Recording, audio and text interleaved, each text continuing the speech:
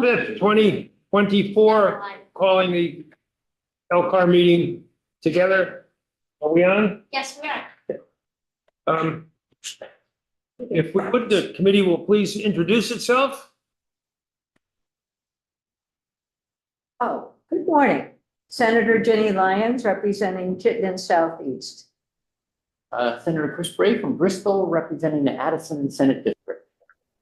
Representative Seth Bungartz, I represent Arlington, Manchester, Sunderland, and Salem. Senator Mark McDonald, representing most of Orange County. Damian Leonard, Legislative Council. Good morning, Senator Dave Weeks, representing Rutland County. Morning, Representative Mark Higley, represent Orleans Lamoille District. And our person that is keeping us inside the corral, Lindsay. Hi, Lindsay Schreier.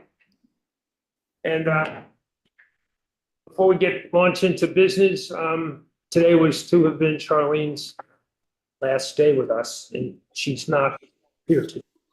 And he may be listening in, and we are disappointed that she's not here. It's a flower arrangement on her behalf, and some tokens of our appreciation for 30 years of service in Legislative Council. And Charlene, we miss you today. We will miss you tomorrow, and we will miss you next month. So sorry you're not here, and I'm going to take up our business for Lcar for today. First item of business is to review and approve the minutes of July 25th, 2024. Before we do that, Representative Odie. Representative Carol Odie, represent the farm North End, Burlington. Thank you. Minutes of Senator Greg. I would move approval of the minutes of July 25, 2024. Minutes have been moved. Did we approve the minutes? Is there any discussion? If not, all those in favor say aye. Aye. Opposed say nay, and the minutes have been approved. First item on the agenda, 23P44, Department of Care, Home and Assisted Living Residence Regulations. Good morning. Stuart Scher for General Counsel of the Department of Disabilities and Aging. First witness on the list. You here, Mr. Scher? Thank you, Mr. Chair. Thank you.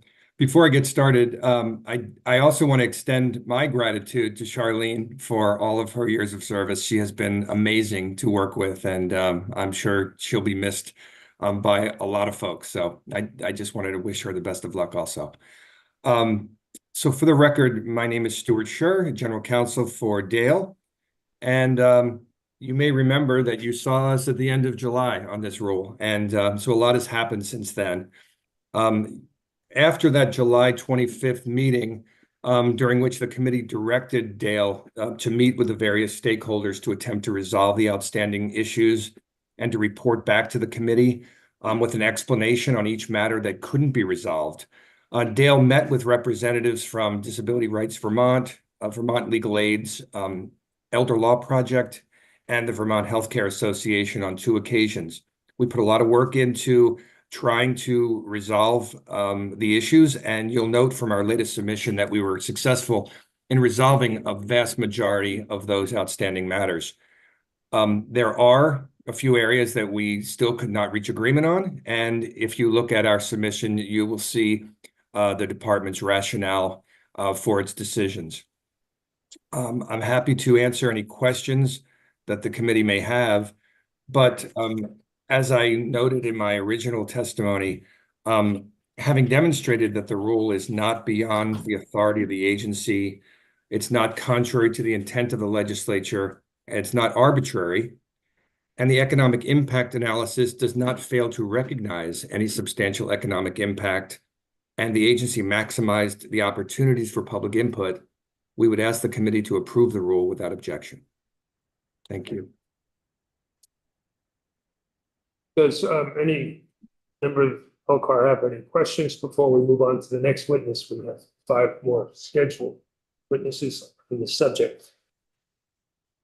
Hearing none and seeing none, Carolyn Scott, Department of Disabilities.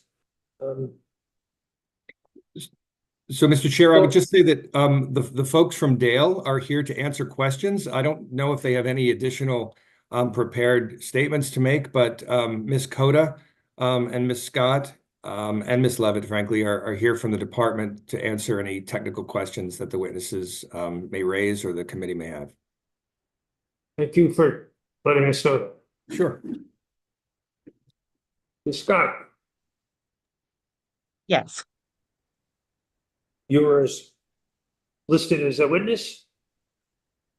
Yes, Ms. Scott is one of the witnesses for Dale, who, as I said, would probably just be available to answer questions if there are any. But Ms. Coda as well, and then Ms. Levitt. So the 3 of them don't have anything to add at this point, but can respond to any of the other witnesses. It looks like Ms. Kuiper and Ms. Burdick are on the line. Well, thank you. Then we will skip down to Lee Burdick, staff attorney for Elder Law Project. Good morning. Thank you very much. The Elder Law Project very much appreciates the opportunity to participate in the stakeholder meetings with Attorney Scher and Dale representatives. We appreciate the work that was put into the changes some that we requested and some that my colleague Kylie Kuiper requested. We did still have some concerns about the actual mechanics of an involuntary discharge or emergency discharge when a resident is perhaps improperly discharged, where the discharge was done, for example, for an emergency reason and was found to not be substantiated by survey and cert or by licensing and protection. And we are concerned about the mechanics of then the person being able to go back to their home. The rules as written say that the enforcement mechanism is really with the courts and an injunctive process. And when someone is essentially homeless and vulnerable and potentially experiencing a health crisis, we just find that problematic. So we would encourage the department to consider exercising their authority to bring those injunctive relief actions under the rules rather than putting the onus on the resident to do so. So that is the bulk of our concerns at this point, and we thank the department very much for the opportunity to work with them on changes to the rules.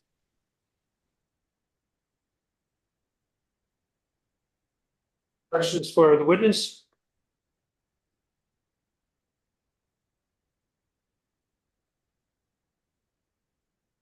Senator Lyons? No, I'm all set. So my, I'd like to wait until I've heard from others and then, but I think a response from Dale would be helpful regarding this. I mean, there is a section about which sections of law of the executive or judicial branch can act on. So I'd like to hear from Dale about that. Certainly. So Senator Lyons, the as we mentioned in our response, the licensing agency has enumerated authorities that are set forth in statute in 33 VSA 7111, and those are carried over into our existing rules. Those existing rules provide the licensing agency to take certain actions when there are violations. In addition to imposing monetary sanctions, there are some other actions that can be taken, for example, suspension of a license, the refusal to renew a license, or not issuing a license. Those are the more or less the exclusive remedies of the licensing agency. But there is a provision in both statute and rule that allows the licensing agency, the attorney general, or a resident to bring an action for injunctive relief. So what we're hearing from Vermont Legal Aid is that there should be some additional authority given to the licensing agency to order facilities to take these residents back, especially when they have violated the the licensing agency's directive to do just that, or that the discharge was improper. The problem is that the only remedies that, as I said, are available in statute and in rule are to refuse to renew a license or to suspend a license. If the individual would like some immediate action taken, the best route for that is, frankly, to either petition the court themselves, or the licensing agency or the attorney general can do that by requesting injunctive relief against the facility. However, I would also keep in mind that one of the comments that was made by legal aid was that the Human Services Board should have the authority to direct this type of action. The problem there is that the Human Services Board, unlike the courts, doesn't have emergency hearing authority. They can try to set something promptly, but if timing is really the issue, the best course of action, as is provided in statute, as is provided in rule, is for the attorney general, the licensing agency, or the resident to bring an action to ask the court to require the home to take the resident back. Thank you. Sure. Any questions for this witness? Callie Kuiper. I add just. Beg your pardon. Senator, Representative Otis. Is it usually that the Vermont Healthcare Advocate is involved in this? It's long term. It would be the long-term care ombudsman could potentially be involved in this. So we have Ms. Kuiper, who can maybe talk about that role. Hello, I'm Kylie Kuiper, and I'm the State Long-Term Care Ombudsman. I direct the Long-Term Care Ombudsman Project at Vermont Legal Aid. I'll just quickly answer your question before I go into some brief comments. So when there is an involuntary discharge, our office receives notice of that. And if the resident would like our help with the involuntary discharge, we are involved in the first level appeal, which is a written process where the facility the facility has written the involuntary discharge notice to the resident, and our office can assist a resident, or they can do it on their own, to write an appeal saying why they shouldn't be discharged. Depending on the decision at that level by Dale, by survey and certification, there may be an appeal by the facility or by the resident on the decision. And at that point, it goes to a hearing, and we would refer those cases to the Elder Law Project at Vermont Legal Aid, which is where Leah Burdick works. Does that answer that question? So I just wanted to start by thanking Dale. I know that they put a lot of time and work into updating these rules, and they include significant improvements on the current version. We also want to thank them for working with us in addressing many of our concerns, including that they addressed all of the concerns that we brought to the committee in July. I understand that all details cannot be clarified within the licensure rules, and we hope going forward that Dale will work with us to further clarify the rules as needed through guidance or other communications to ensure that all parties understand their rights and responsibilities. As a whole, we are in support of this updated rule. Thank you.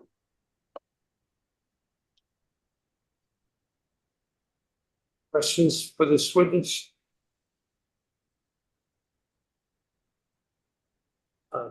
Ellen Levin, Executive Director of Vermont Healthcare Association, is the next witness on the list. Now I feel like this is Charlene's chair.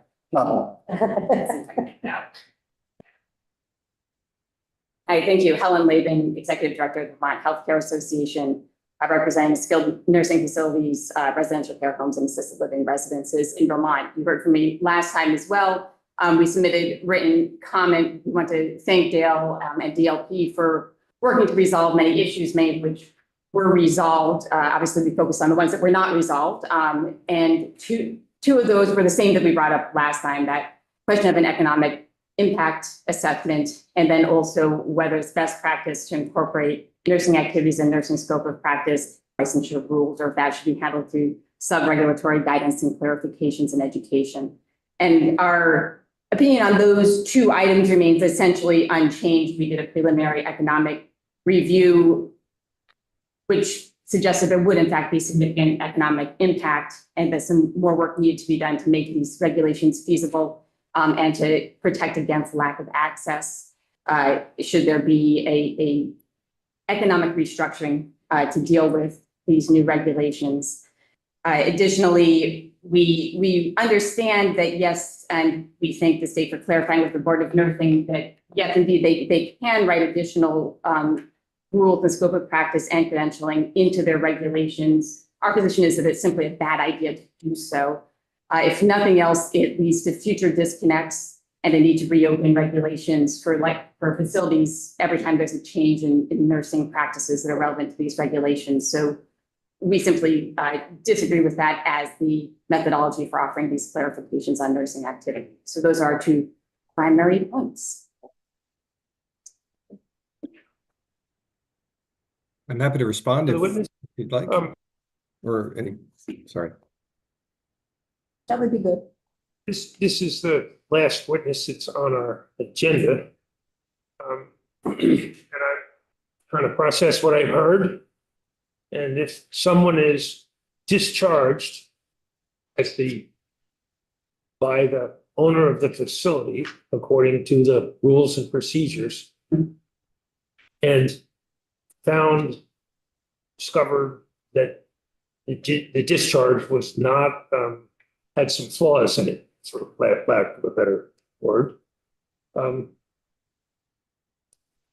order to get back in again, that person or the Attorney General's office has to intervene on behalf of the person who's been discharged. Is that correct? Or will they be welcomed back in again? Well, it's one of the options. That is an option. It's not the only way that someone, if it's deemed that the discharge was improper, the home can actually follow the decision that was made and readmit the resident. If they do not readmit the resident, then the licensing agency has the authority to take further action against the license of that licensee, which would be to suspend, to issue a violation against the home for failing to abide by the order. So that is an action that can be taken, but the specific action of ordering a licensee to take a resident back is beyond the scope of the licensing agency's authority. Its authority is limited to taking action for a failure to take an action, meaning to suspend or do something to the license, but it's not a directive to take a resident back. That is exclusively within the injunctive authority of the courts, and that's where either the resident or the licensing agency could take that action.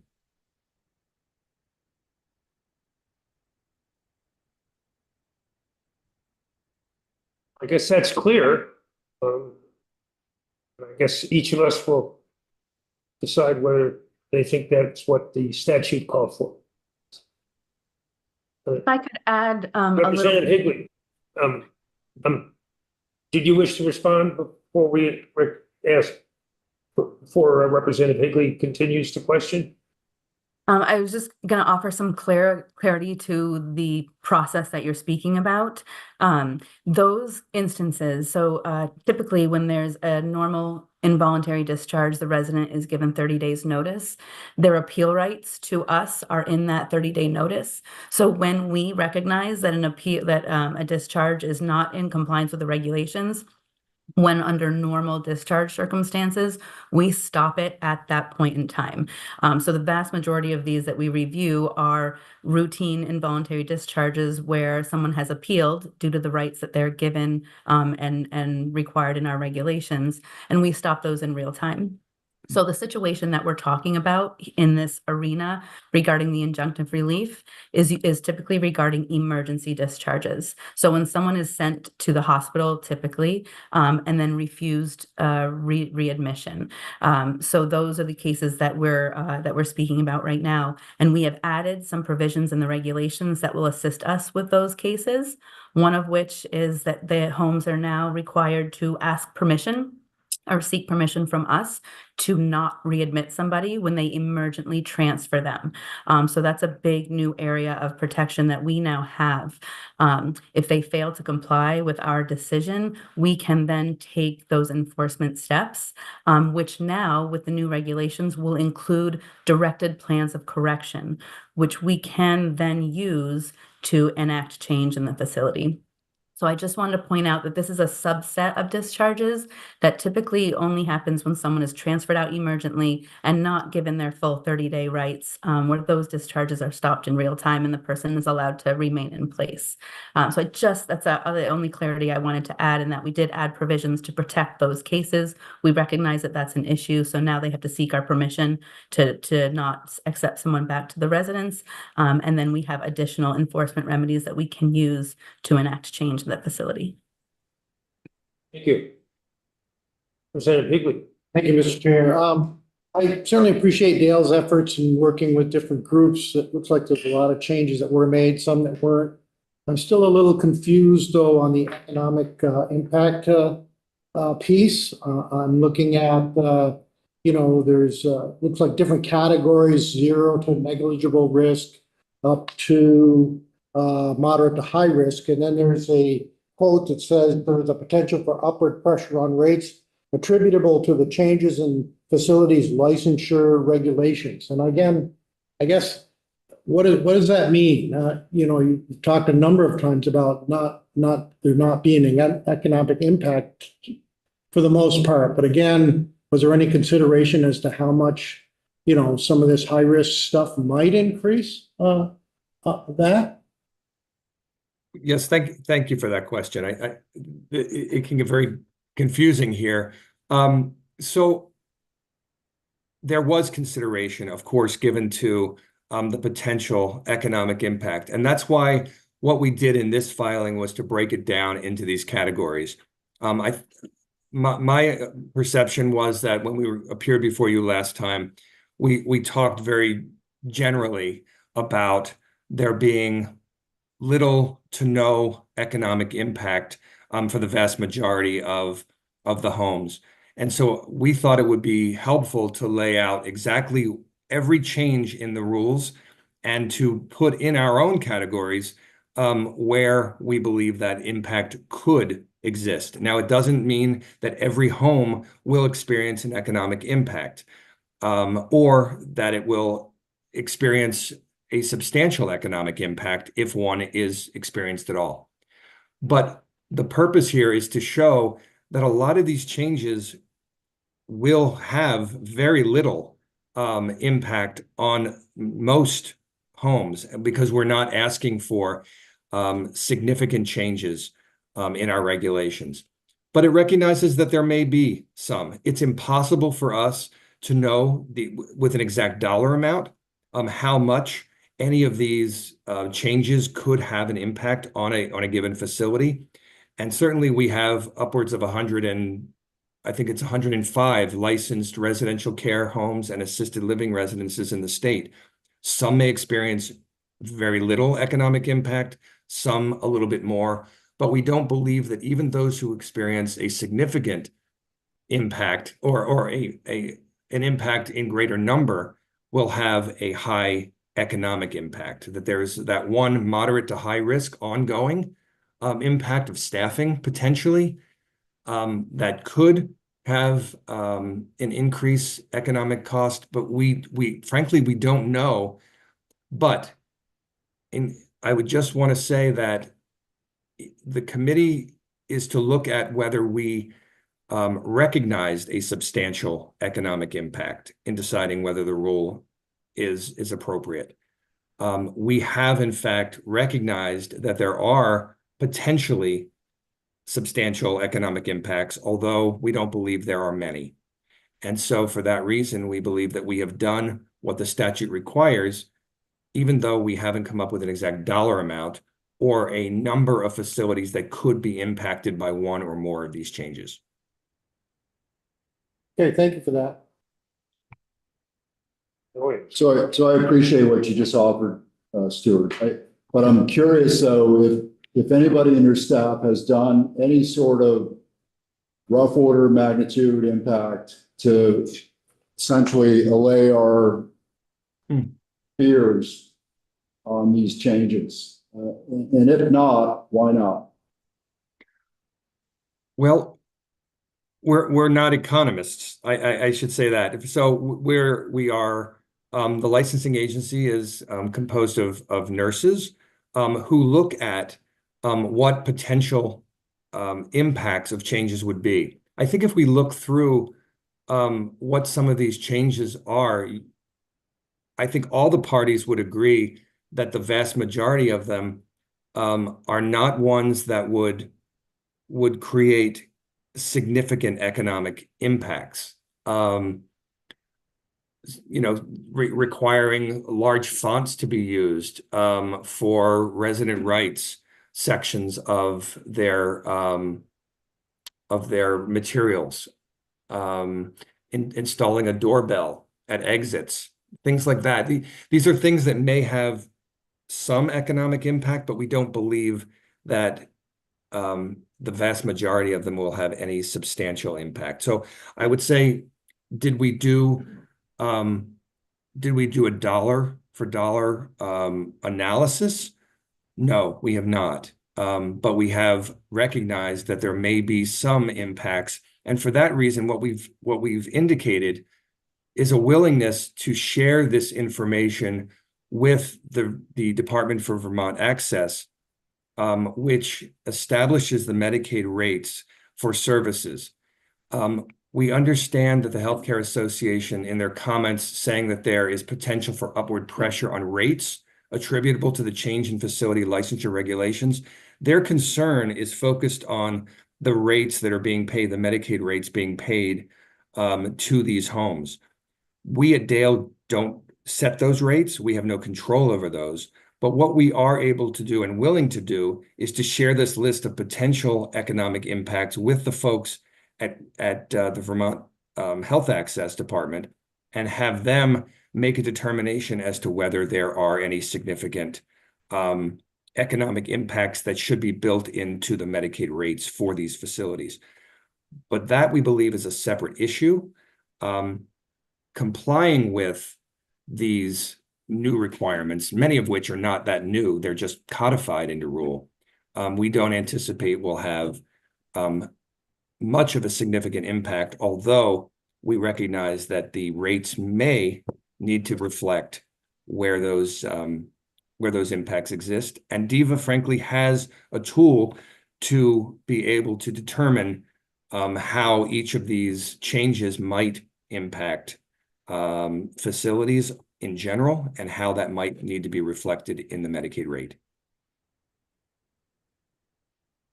And as a follow-up, I fully recognize that you're not economists, but this is a systemic problem across what I see in state government, as far as not necessarily taking ownership over economic impact or return on investment, et cetera. I do submit that the agencies probably need a stronger economic staff. But in this case, let's just isolate it to labor. Was there a labor impact estimate? Just something simple and tangible, not doorbells, but labor. Anything to offer, just to kind of create a magnitude of impact. That's what we're seeking. Sure, and I would say that the impact on a particular facility will depend upon whether that facility has nursing home level of care residents and whether they are complying with what they're already required to comply with under the enhanced residential care rules, standards, which set forth standards for the number of nursing staff per resident in these homes. And we have to remember that residential care homes and assisted living residences are not are not, in order to meet their licensure requirements, are not required to take nursing home level of care residents. But if they were to take a nursing home level of care resident, they need to make sure that their staffing is adequate and consistent with the expectations that have previously existed. So I'm sorry, it's a really long way of saying that we don't have a dollar figure for each facility and what it could cost because it is so facility specific. I wonder, my name is Suzanne Levitt. I am the Director of Survey and Certification. I wonder if I could add to the conversation. You on the list? Yes, Miss Flip, go ahead. Okay, thank you very much. These regs are very complicated because they cover different levels of service from level 4 up to enhanced residential care, which is nursing home level of care. And realizing that we do have economic concerns and realizing that we do have workload concerns.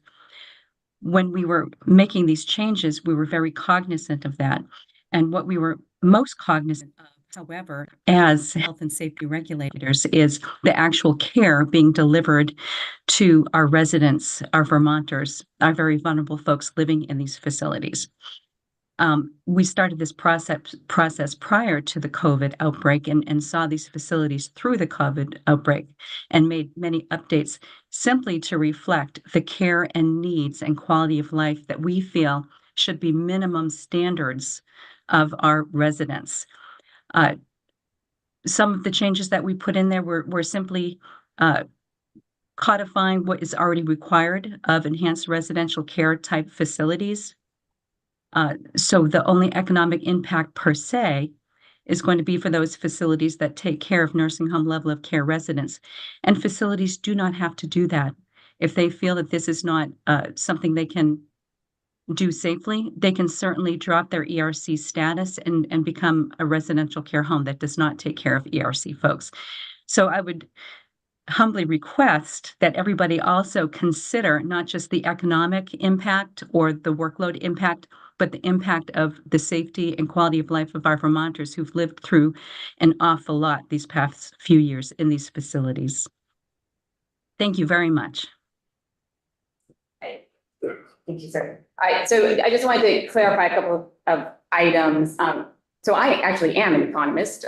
These preliminary assessments and full assessments of economic impact from policy changes in Vermont were my bread and butter for years. So when I say that I believe that our methodology for preliminary assessment was correct, I literally mean I believe that our methodology for the preliminary assessment was correct by segmenting the changes into different areas of operation and understanding from the experience on the ground what level of change would be necessary to comply, whether that was a significant change, and then what steps providers foresaw taking to reach compliance, and does that anticipate economic impact change depending on what type of facility you are and what type of payment structures. The comments on the rates, just to clarify what VHC intended by that, is that if we look at an economic impact and you have two different groups, we think there will be a significant one. The state does not think that there will be a significant one. If you were to let that play out and sort of track to see if there are negative public good impacts from the responses that are made on the business side to these new regulations, we know where we begin to see those breaks in the system, and they tend to be around access for folks who are coming in with Medicaid as their primary payer at different levels of care. So we can do a sheet of, we see this impact first, this impact next, and we can work with DEBA to monitor and anticipate those impacts. There's not currently a structure in place in DEBA to do that. They certainly have the skill set to do that, and we've been speaking with them about ensuring that they have the data to do that. We believe that they do, but that's the intent of talking about ERC and different reimbursement structures, is to monitor that impact so that the state will know if their policy is having unintended negative consequences for Vermonters. Senator Bray. Thank you, Mr. Lehman. So I'd like to thanks for your thorough response. And I just, one of the things I flagged in it was it's your response related to the summary content, and I'll just read the last sentence. Furthermore, without an economic impact review or baseline assessment, and goes on, it'd be difficult for the state to effectively track potential negative impacts with the new rules. So can you say a little more about what kind of base, we don't measure, we don't know what's going on. And so I just wanted to better understand this and then hear from Dale on how do we understand what's going on now and what kind of process we have in place so that a year from now, we can look at what's been happening and say we're on track or actually there are negative unintended consequences. Yeah. I would like to think we're not going to have problems occur, but we can't see them because we're not measuring them. Right. Thank you. So in this, we do have the advantage that there has been work done independent from this regulatory process to understand how well we're monitoring capacity in assisted living and residential care providers to serve all Vermonters, including those who are not capable of private pay.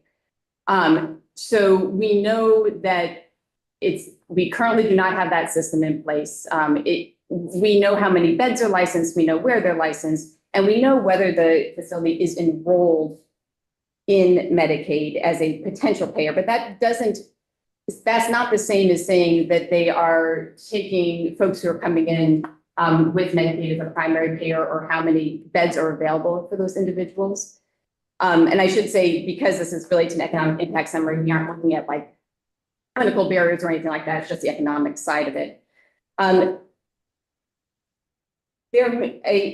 A provider would naturally enroll in Medicaid if, for example, they had private pay, but some folks may run out of their private pay, or if they want to have some folks served in a unit as part of social good. But we would need to be able to look at the actual utilization compared to demand to be able to know if there was a reduction in access. So it goes beyond simply the beds available to how are those beds actually being utilized in practice. And that's where we would expect to see within those trends a shifting within the operational structure of a provider to accommodate the additional costs of these new regulations. I'm wondering if Mr. Short can say something about the same thing, what are we tracking and to what degree are we do we understand where we are now and what tracking tools do you all have in place so a year or two from now we'll be able to see what's been happening as a result of the change.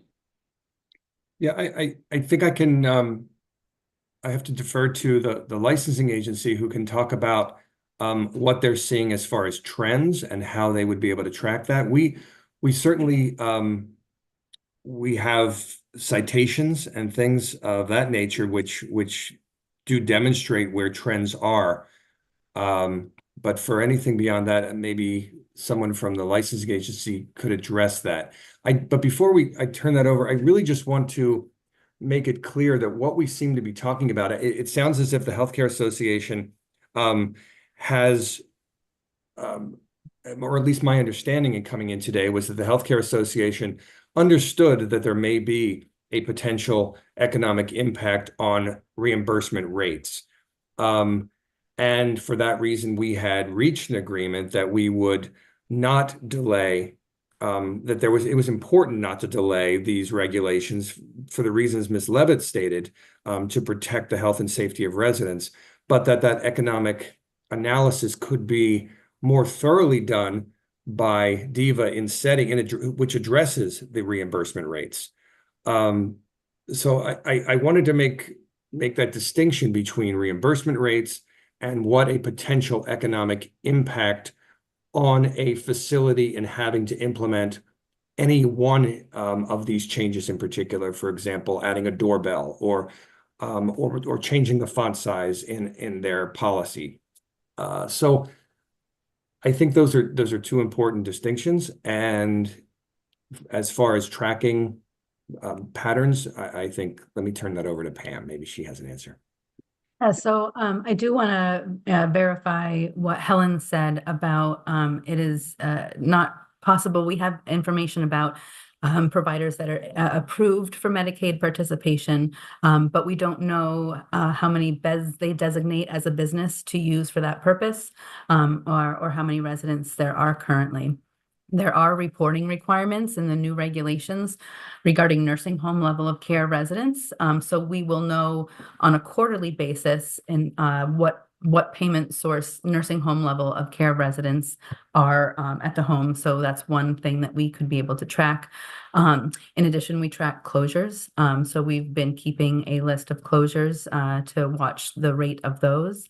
So, tracking closures, which I know is an after the fact thing and something that we don't want to see, but has been happening very regularly and regularly since COVID as well. So businesses close, new ones open. At the end of COVID, I believe we had a net increase in beds across the residential care and assisted living residents spectrum. The net loss, although it's different structures, I think we added more ALR beds and subtracted residential care beds. We hear about closures. They're sometimes in the media.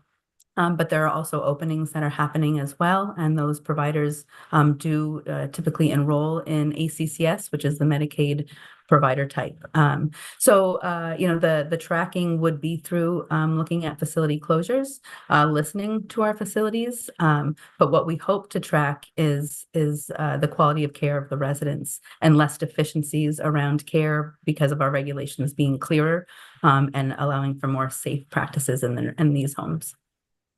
Thank you. This has been an interesting half an hour. Our rules on Lcar are to take into account economic concerns by the rules put forth. We haven't met in over a month, I believe, because we had waited to hear about the discharge of folks from facilities and how they might be welcomed back in again or not. And we have heard the result of, quite frankly, some detailed conversations that many people feel comfortable with. Every rule we deal with has economic considerations, but usually the committees of jurisdiction hear that and make recommendations to us for statute or for rule changes. And at that point, I would ask if anybody has any more questions or we're prepared to act on these rules now. Senator Lyons. I'm not sure I have a question. I just want to frame what we've heard a little bit about.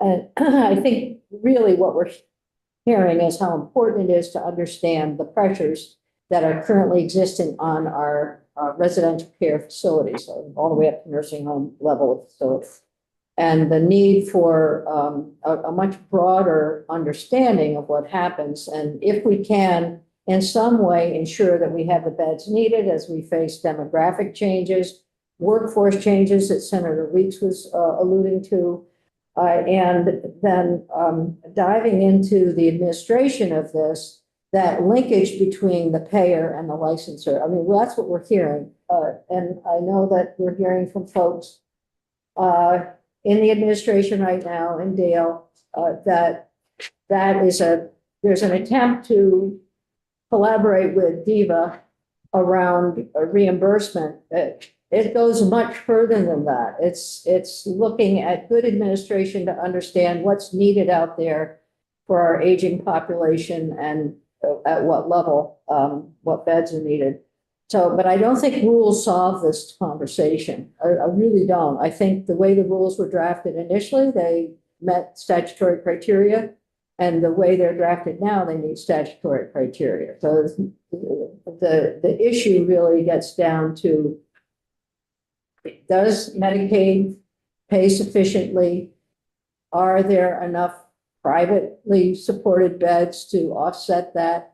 What do we need to do as a state to ensure going forward we have adequate care for our residential care folks? And then what would happen? I think about the economic impact that we're looking at, and would it make a difference to have it written down in rules is what has to happen anyway. I mean, folks have to plan ahead. I know that, Helen, from your perspective, you're planning ahead, you're looking at what's needed. I know the nursing home and the res care folks are doing that. I hear warnings all the time, we're in dire straits, we all know that. So it's not as if one rule is going to solve these problems that we're hearing about. And so would the licensure be contingent on the analysis that we're hearing about? Because we do see levels. We've heard there are levels of economic concern in there. So all of that, and so I'm ready to make a motion, Mr. Chair, I will move that we approve 23P44 Department of Disabilities, Aging and Independent Living, Res Care Home and Assisted Living Residence Licensing regulations with proposed modifications submitted by the department in the memorandum dated July 22nd and August 29th, 2024. And I know that there's a lot to happen, and it's difficult for the people who are managing the care in our communities. It's very difficult. So we're going to have to look at this legislatively, see, is there something that can happen? I don't know. Let's see.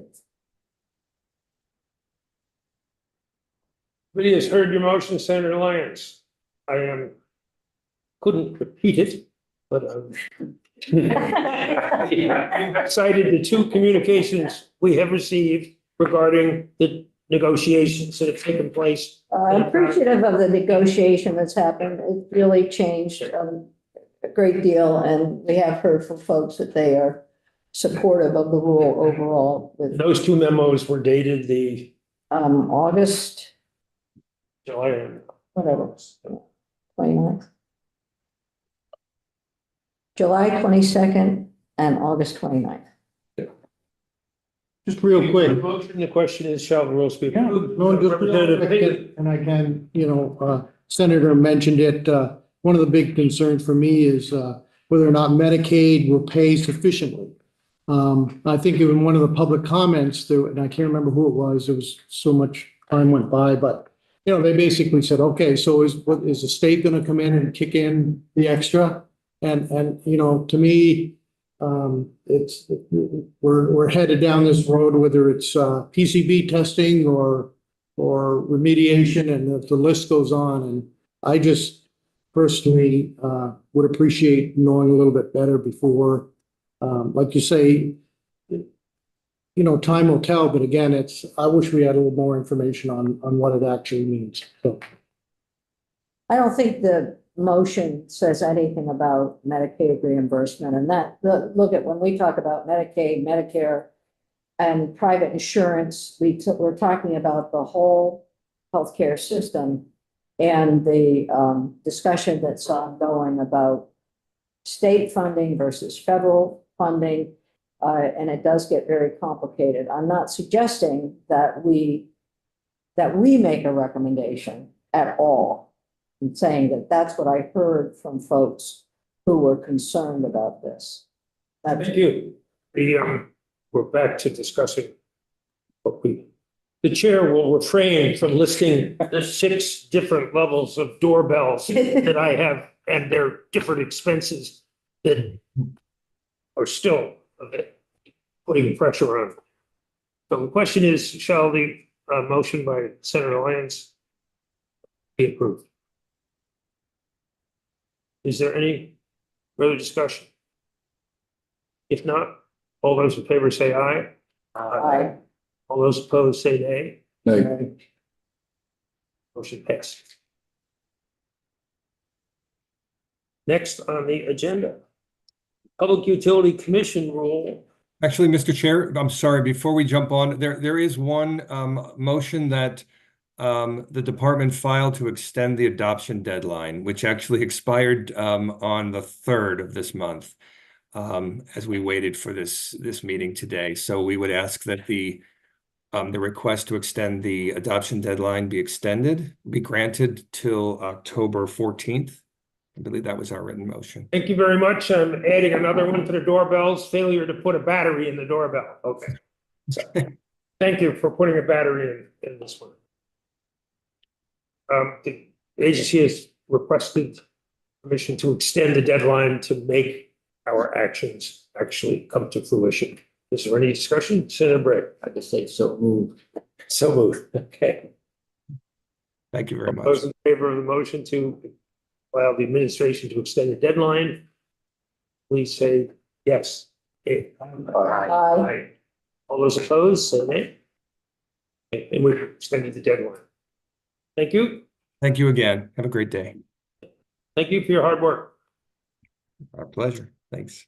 24P16, Public Utility Commission Rule 3300, disconnection of residential gas, electric, and water service. Daniel Burke, staff attorney for the PUC, Public Utility Commission. First, welcome. Senator. I'm Daniel Burke. I'm a staff attorney and deputy general counsel across the street at the Public Utility Commission. And before we get started, Senator, we have two rules here today. We have two rules that we're presenting today. I don't know, they're basically carbon copies of each other, and it may make this process easier to just go through both of them at the same time. Your permission to merge your two agendas. Proceeding with that vein, let us know when you're making the transition. Go ahead. I don't have a very significant presentation for you all this morning. I did put together a packet that outlines the history of the rulemaking that we're presenting to you, which the immediate rule that we have today is in response to Act 47 was issued last year, which was your General Housing Act. Within that act, there was a component that required the commission to update its disconnection rules for two significant requirements. One, to allow utilities to do remote disconnections, which means they can disconnect a customer if the customer has a smart meter from their own facilities. In other words, you don't have to send a line worker out to physically disconnect the utility, which is a practice that was done through emergency rules during the COVID process. So we do have some experience with that. It has worked really well. The other component of Act 47 was a requirement that utilities be required to provide notice to owners of rental properties if the utility is going to disconnect the property. My understanding of the genesis of that requirement is there was an owner of a residential property somewhere in the Northeast Kingdom. The service was shut off during the winter, the pipes froze, and there was considerable economic damage. And so what we've done is we worked with the Department of Public Service and the affected utility to come up with language to affect those legislative mandates and the way that protects ratepayer interests and does it in a manner that is least cost and most administratively easy to implement from a utility perspective. So the backdrop, though, on top of all this, is the commission had been looking at its disconnection rules for several years preceding the pandemic, then went through a process of implementing emergency rules in light of the COVID restrictions that were in place at the time. And then this act was enacted in the middle of that process. So the commission used its existing process that was going, rulemaking process, to incorporate these mandates, which is what we have here today. So the changes that we have are mostly limited to what was required through Act 47, and then a couple other administrative changes to clean up language in the rule, which dates back to the early 1980s. And then one other notable change that I want to flag to you is that we've updated some of the notice requirements. The rule has traditionally required on telephone calls to landlines. And as you're all aware, most folks don't rely on landlines anymore. So the utilities asked for, and we've implemented language that will allow them to contact customers, and this is most relevant for the winter disconnection period, through calls to cell phones, by emails, or by text messages if they have that contact information for the customer. And we do have a requirement built into this rule as well, that the utility gets a confirmation of receipt of any electronic delivery for that. So that is one other thing I wanted to flag that goes a little bit beyond what was in Act 47. So that is sort of the high level summary of what's in these two rules. The first rule relates to electric, gas, and water service for residential customers. The second is for cable television, non-residential electric, gas, and water service. So that's the commercial customers that have slightly fewer safeguards put in. And so I'm here to answer any questions that any of you may have to these rules. Hi, Wendy. Thank you. The comment you just made about disconnection notices, being made by text messages, emails, et cetera. You said if it's proven to be received, then that's good enough. How about that it's actually read, it's spoken in there? Is that part of the? That is not part of the rule. And that is something we did discuss internally, whether or not that was technologically feasible. And frankly, we couldn't come up with a way to build that requirement into the rule and still allow the utilities to use communication services that most people are relying on today. So there are embedded requirements in there that they get, for an email, you may be familiar with a delivered receipt and a read receipt on an email, which you can get. I mean, we're asking utilities to get those in text messages. You can get similar responses as well. There are still additional safeguards built into the rules where the utilities cannot get those confirmations. And again, this is most relevant for the winter disconnection period. They still have to make attempts to make phone calls. And there are specific deadlines and the amount of times that phone calls need to be made. One of the requirements is that within 24 hours, they have to make a call if they've not heard from the customer. They have to make calls outside of traditional business hours. So they'll call during the day, but they'll also make a call during the day outside of what's for most people traditional work hours. So we've tried to safeguard that as best as possible, but to answer your question, no, we have not been able to get any sort of affirmative confirmation from the customer. So that's not part. Representative Odie. Thank you, Mr. Chair. I noticed you didn't say United States Postal Service. So the initial notification that customers will get is what happens today. So if you're late on your bill, you'll get a written notice from your utility in whatever manner you get your bill delivered to you. So if you still get postal delivery of your bills, you will still get that notice that you're late on your bill. And then the utilities also have, which is built into the rule, they have to file forms with the commission that set out all the requirements of the rule and what notification the customer gets and what their rights are to respond to a potential disconnection. We see those forms and sort of a blank template, and we approve them. And then once they get approved, the utilities can use those. So if you are late on your bill, over a month late, you'll get a notice that you're late on your bill. You'll get a subsequent notice, and that subsequent notice is what comes from the utility that usually includes that boilerplate template that has the information of when a disconnection occurred, who you can call for help, numbers for the Department of Public Service and their Consumer Affairs Division, and any rights they may have to challenge the disconnection. And there is a grievance process that can come through us if you disagree with a component in your bill. Representative Higley. Mr. Chair, if you'd like to take these one at a time, I move that we approve 24P16 Public Utility Commission's Rule 3.3, disconnection of residential gas, electric, and water service. For the motion, to approve first of the two rules listed, P24 24P16. Senator Brick. Yep. Thank you, Representative Figley, that Jeff, as Chair of Senate Natural Resources and Energy, this rule and the next we're both get a sign off form. And so I'm signing off on behalf of the committee members. Question is, shall the motion pass? Hearing no further discussion, all those in favor say aye. Aye. All opposed say nay. And the motion has passed. Same thing, make a motion to approve 24P17 Public Utilities Commission Rule 3.4, disconnection of cable television service and non-residential gas, electric, and water service.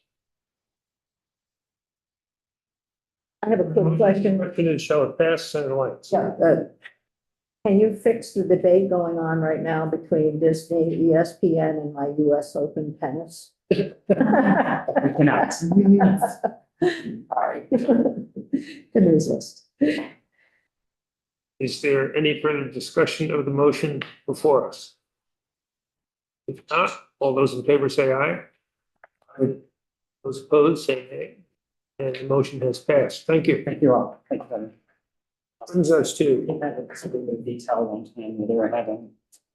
before E06, Department for Children and Families General Assistance.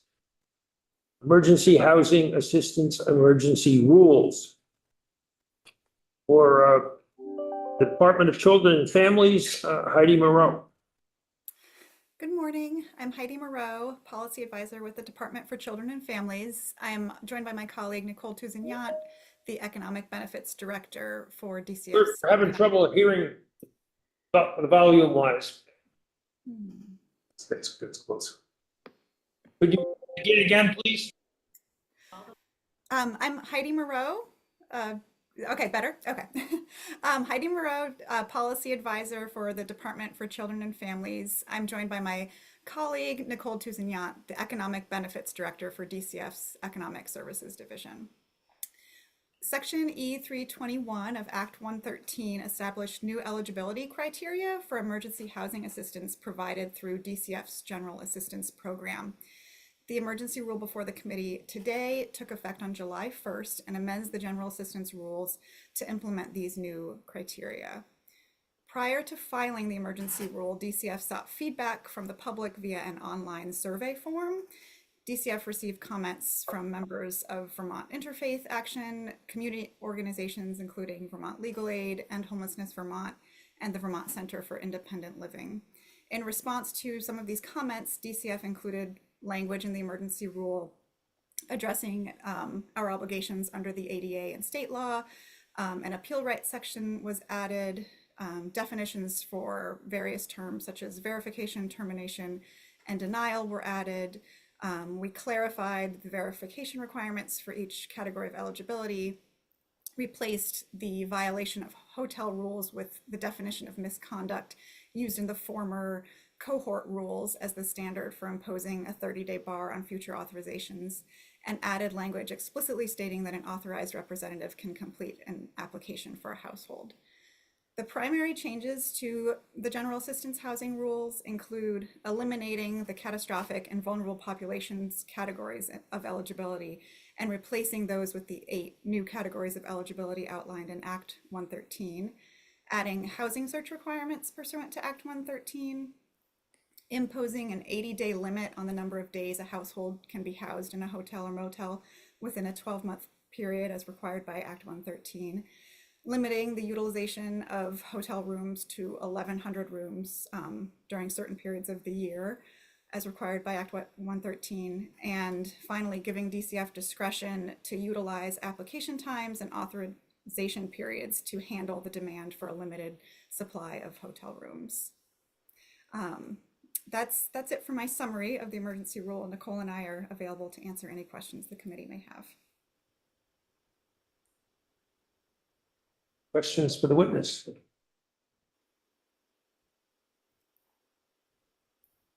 If none, the next witness, Brenda Siegel. She just Stepped Just down. stepped if you would be kind enough to do so.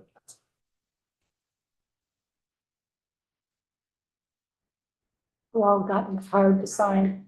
You know, that's not much my That's right. I thought For it was Lindsay. hard at best. Senator, it's for Lindsay, but yeah, Get back. thanks, good. Sorry, everyone. I wasn't expecting to be on right yet. Thank you. I have here, I just want to pass this around. This is just our September packet because it just explains the priority categories that I'm going to be talking about on the second page. Am I not talking loud enough for you? I can talk a little louder. Okay. So, good morning. For the record, I'm Brenda Siegel, the Executive Director of End Homelessness Vermont. As most of you know, End Homelessness Vermont works hard to ensure that the voices of impacted people will be at these tables and that we work day to day with people experiencing homelessness, specifically with people living with disabilities across the state, addressing emergencies and addressing ongoing needs. I want to focus on 3 areas of concern and specific rules that reflect these concerns. First and foremost, we believe that the administration took liberties with the emergency rules that essentially changed the eligibility requirements that were set forth by the legislature in Act 113. Second, we are concerned that the process for public comment did not give opportunity for people living with disabilities to have a reasonable accommodation so that they could comment. And finally, that the rules themselves in many areas interfere with the intent and spirit of Act 113, much of that part, we're not sure that you can address anyways here, but we just want to highlight it.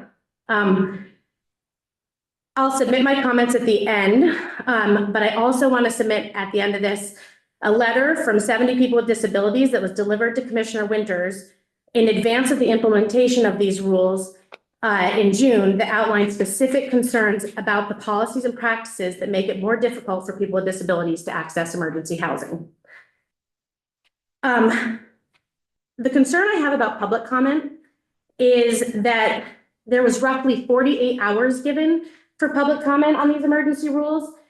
And as you all know, I'm fairly looped in, and I did not learn about them until close to 24 hours before it was time before our deadline was up. At that time, I sent an email to both Commissioner Winters and Deputy Commissioner Gray, informing them that I had clients with disabilities who would like to comment on the rules, but due to their disabilities, this timeframe would make it impossible. I asked if I could just expand the timeframe for a few days, if they could just expand the timeframe for a few days so that people with lived experience and disabilities would have the opportunity to weigh in. Deputy Commissioner Craig declined to extend that period and said that they could comment when they were going through the traditional rulemaking process. I wrote back with a concern that by then these rules have specifically impacted these individuals, and that I then asked for a reasonable accommodation specifically for the people with disabilities who did want to comment. I received no response to that request. The rules need to uphold and follow the obligation to accommodate and assist individuals with disabilities. They also need to ensure and follow AHS policies on non-discrimination and trauma-informed practices. People with disabilities are not adequately protected under these rules, and they deserved a moment to comment.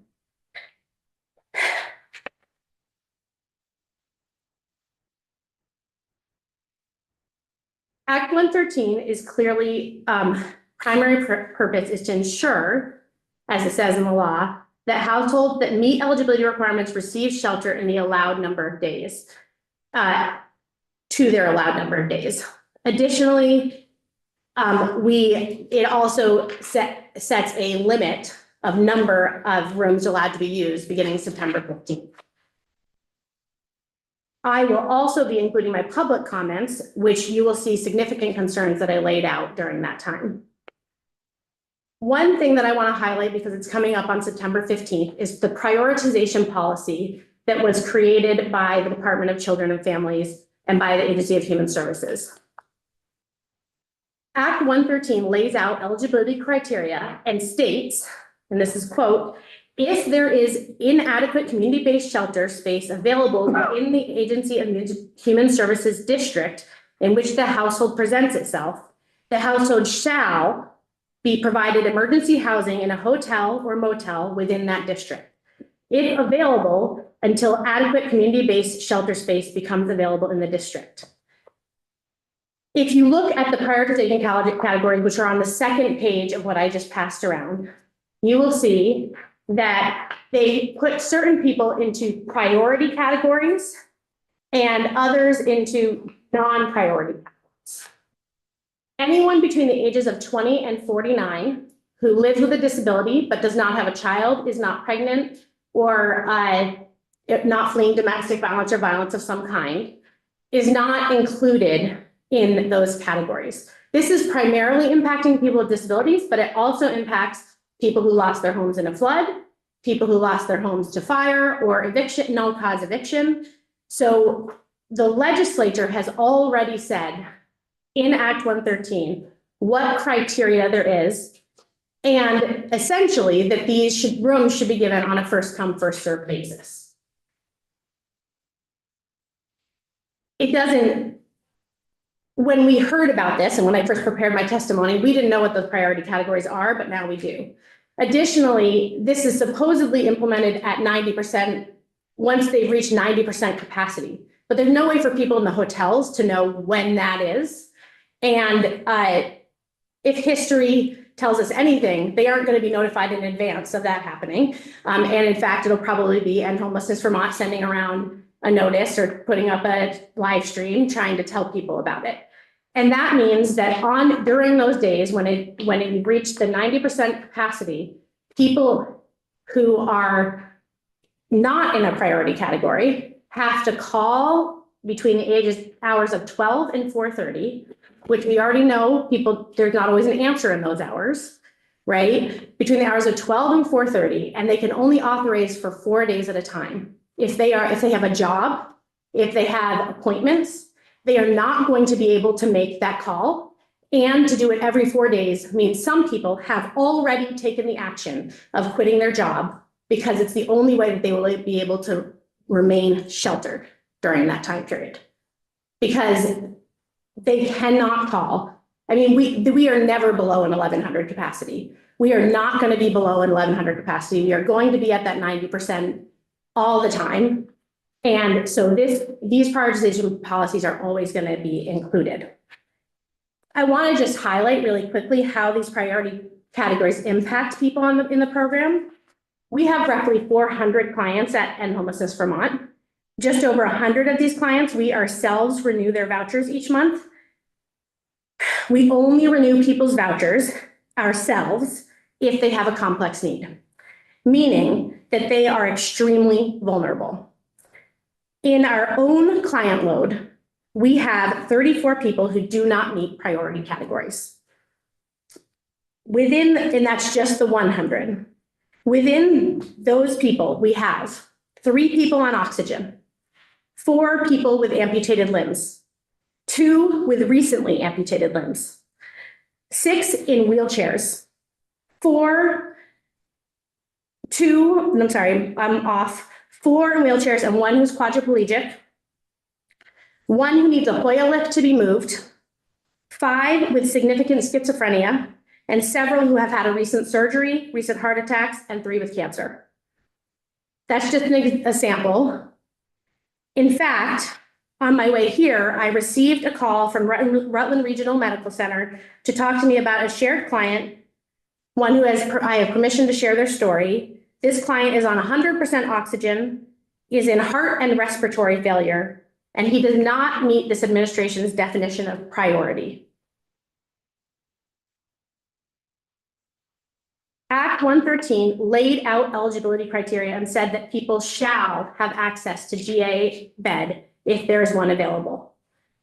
The implementation of these priority categories essentially make it near impossible that people will be able to access their 80 days who are between the ages of 20 and 49, have disabilities, and no children, or pregnancy, or fleeing violence.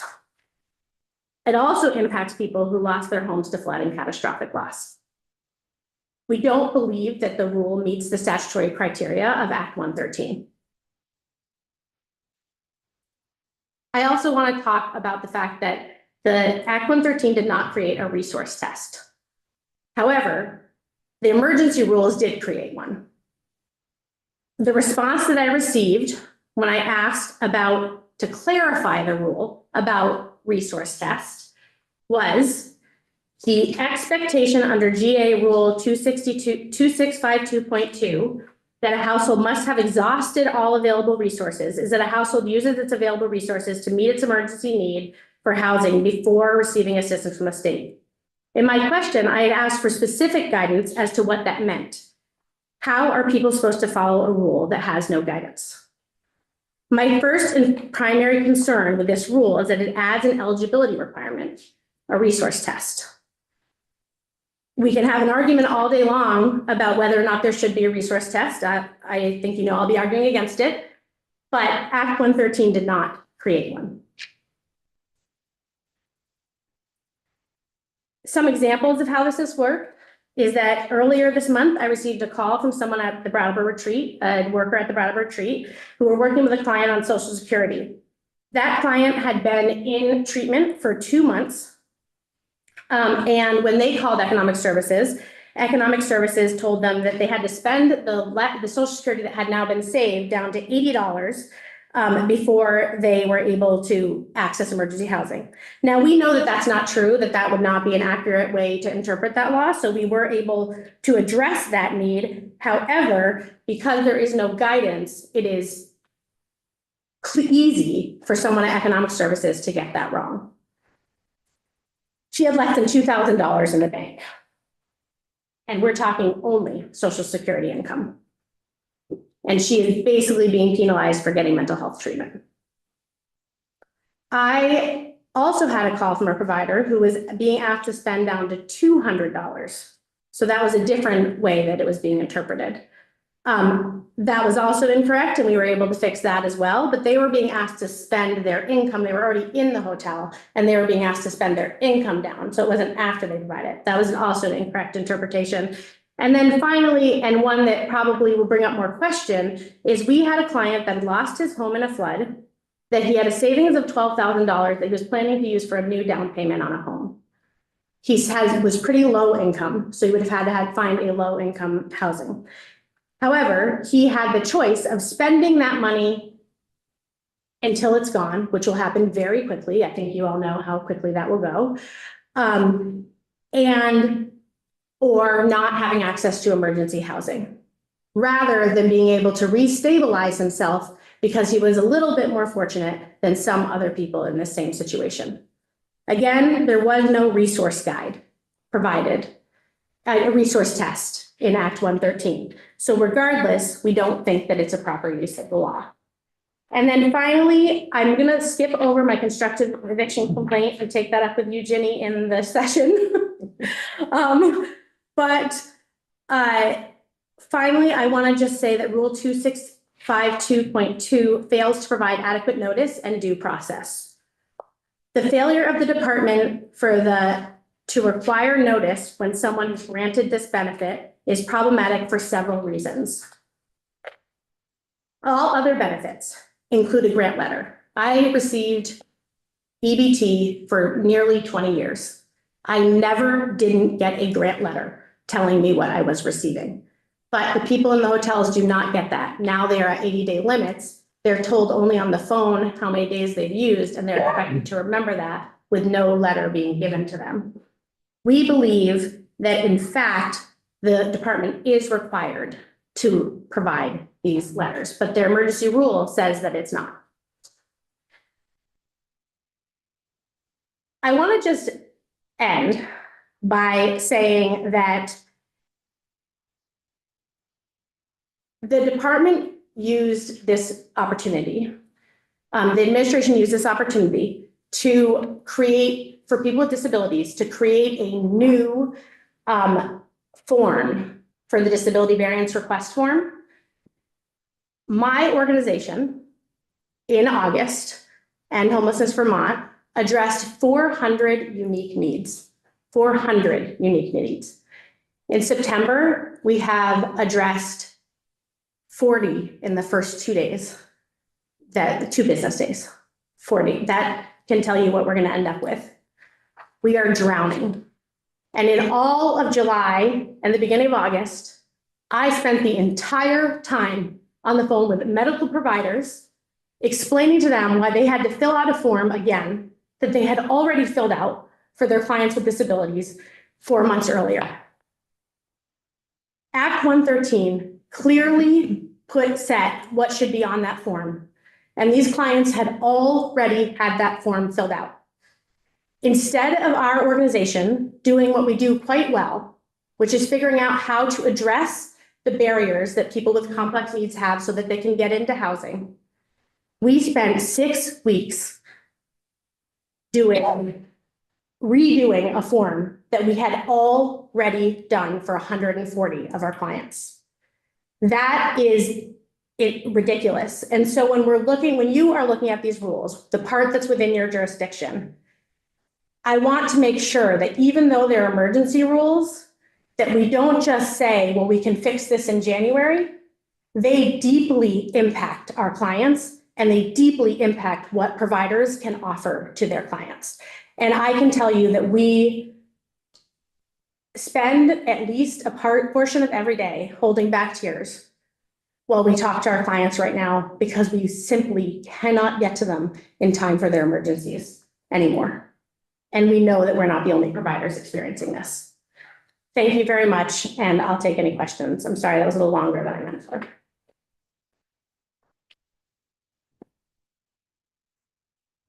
Senator Higley.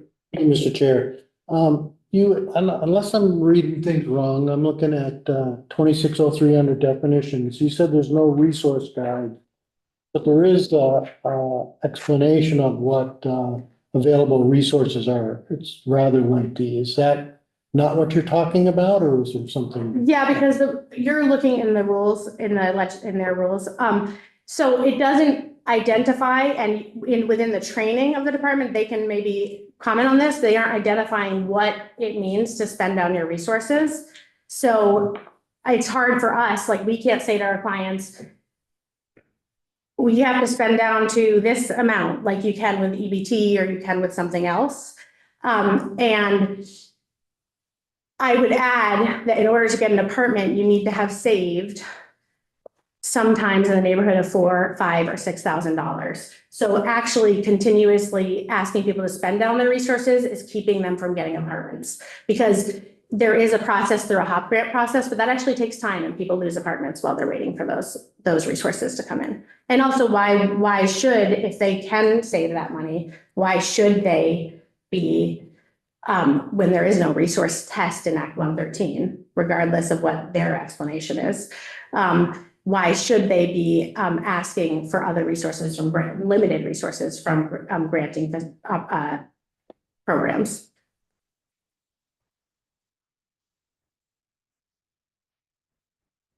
Other questions for the witness? Thank Senator you. Weeks. So thank you, Ms. Siegel, for your testimony. I'm wondering if DCF can respond to a couple of your questions. Yes, I'm going to turn it over to Nicole to specifically answer the question about how the resource limit is implemented. Thanks, Heidi. For the record, I'm Nicole Tuzian. I oversee the program teams for economic services, including the General Assistance Emergency Housing Program. For the resource test, I will acknowledge that, yes, it is vague in the rule, and that is because we do leave or at least in the training, we leave our staff some discretion. So the rule says that we have 0 resources available and we will house. That would mean less than the night of the cost of a hotel night. We do leave some discretion to workers, though, because if we know that someone has a car repair that has to happen and they're planning to use X amount of dollars that they have in savings right now for that, we give our workers discretion to take that into account.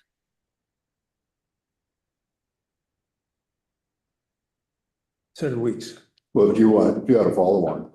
So, okay, that's one issue. Well, one of the other major issues that Ms. Siegel brought up was the priority category and potentially including folks with disabilities. I'm just wondering if DCF has a reaction to the comment. Thank you. Yes, we did have many internal discussions before publishing that administrative procedure regarding how we would handle getting to the 1,100 cap. And when I look at who is in housing right now, if we included everyone who had a family with children, fleeing domestic violence, was pregnant, and if I included everyone with a disability, those numbers would be 1,250 households. So we had to somehow break up the population to get below the 1,100 cap. And by having the categories that are in the current administrative procedure, there are about 950 households that fall into those priority categories, which preserves space of about 150 hotel rooms for everyone who's not in one of those categories who can apply on a first come, first serve basis for those 150 rooms. Can I respond to that? Senator Lyons. So just really quickly, I think one of the concerns that we had and discussion that we had, particularly in appropriations, as well as in health and welfare, was to ensure that folks with disabilities were being prioritized. So I was thinking that some of the language in the rule covered those folks, but it doesn't look like you've used that at all. So that is a concern. In terms of the prioritization, or? Yes. Yeah, exactly. In terms of prioritizing folks with disabilities. And That's again, a huge concern. right. I do appreciate that. And it simply comes down to 1,100 is too low of a number to prioritize everyone with disabilities. If we include just families and children and every household who has a disabled member, we would be over the 1,100 cap. Well, I guess we'll have to disagree on that. Just targeting a number doesn't make sense when you have people who are incapable of finding a home without assistance. Voting. Thank you, Mr. Chair. What I don't understand is, with all the discretion you have for what people can have in terms of savings or extra money around, you say you want discretion, but are you staffed up enough to be able to handle all those questions from all those people? Resources typically comes up at the first point of application. A lot of the work that we do is reapplications, and so some of the work in terms of resources has already been done. When someone reapplies, it typically is because they have income, and so we're looking at the 30% income contribution as opposed to a resource test to determine initial eligibility. So I do feel that we're staffed appropriately to be able to handle that discretion for the resource piece. And do you think you might need to have some guidelines, some ideas about, maybe it wouldn't be hard and fast rules, but some guidelines like that you could? Yes, we do provide staff with guidance. The guidance basically says that a household needs to have less resources than to cover a night of housing. So if someone had $80 and that's what a hotel room costs, that it would have to have less than that. So when Ms. Siegel mentioned $80, that's where that number came from, because that's the average hotel cost. So if someone had more than $80, then they would be expected to contribute those resources toward their housing. You did testify, I thought, maybe I misheard this, that if you find out what they might need to use some of their savings for, that you would allow them to. Yes, we have have more staff with guidance about emergent need, such as things like car repair. And what else is on the list? Childcare is another thing that comes to mind if there are childcare expenses that aren't covered in other ways. What else is on the list? I would have to look at our training guide. Those are the two that I know are most common. Thank you. Can I comment on a couple of? Yeah, when you do comment, it was suggested in your testimony that the notion of having resources, having to spend down resources was undefined or relatively new to this process. Is that correct? No, so there is a rule in the rules that were laid to rest for this purpose, so to speak. The rules that were previous 2600 rules, and they carried it over into the emergency rule, but it's not one that they've used very often. And what I would say is that it is absolutely absurd. I mean, we'll take this up in the legislative session.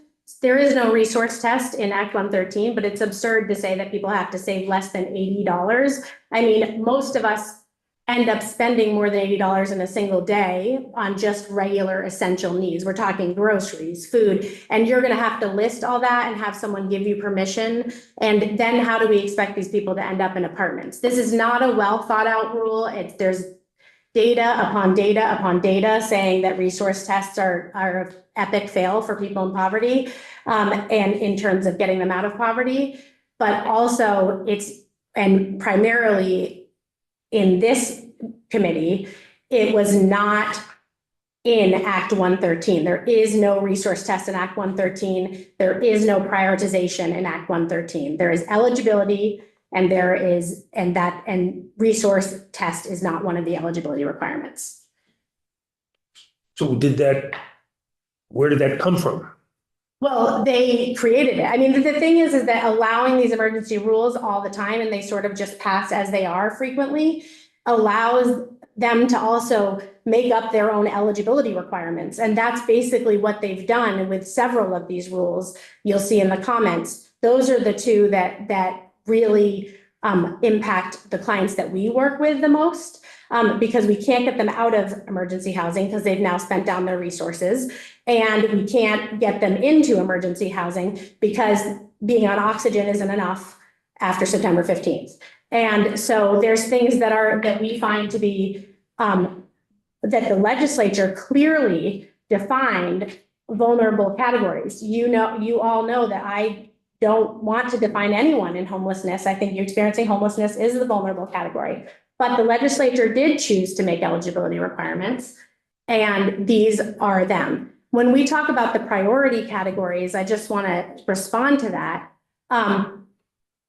People are going to use their 80 days. And so it's just deciding that first come, first serve is also, I will tell you right away, the 1,100 room cap was a bad idea. And I hope we can address it in the budget adjustment, but it was an administration and legislature idea together. It wasn't one that can be passed off onto the legislature. And so it's really important to say that the legislature knew about that room cap and still decided to go first come, first served basis in these administrative rules. I work primarily with people with very complex needs, and I would advocate sitting here today that this should be first come, first served, regardless of need, because that is what the legislature put in the law, and we can address the room cap when we come back to the legislative session and how that actually impacted Vermonters. Because this way, it is clear that people who have really complex disabilities are going to end up outside and they are going to end up losing their lives. There is no way that won't happen. Sarah Lenz. So I don't want to debate room cap right here. That's policy. It was really worked out.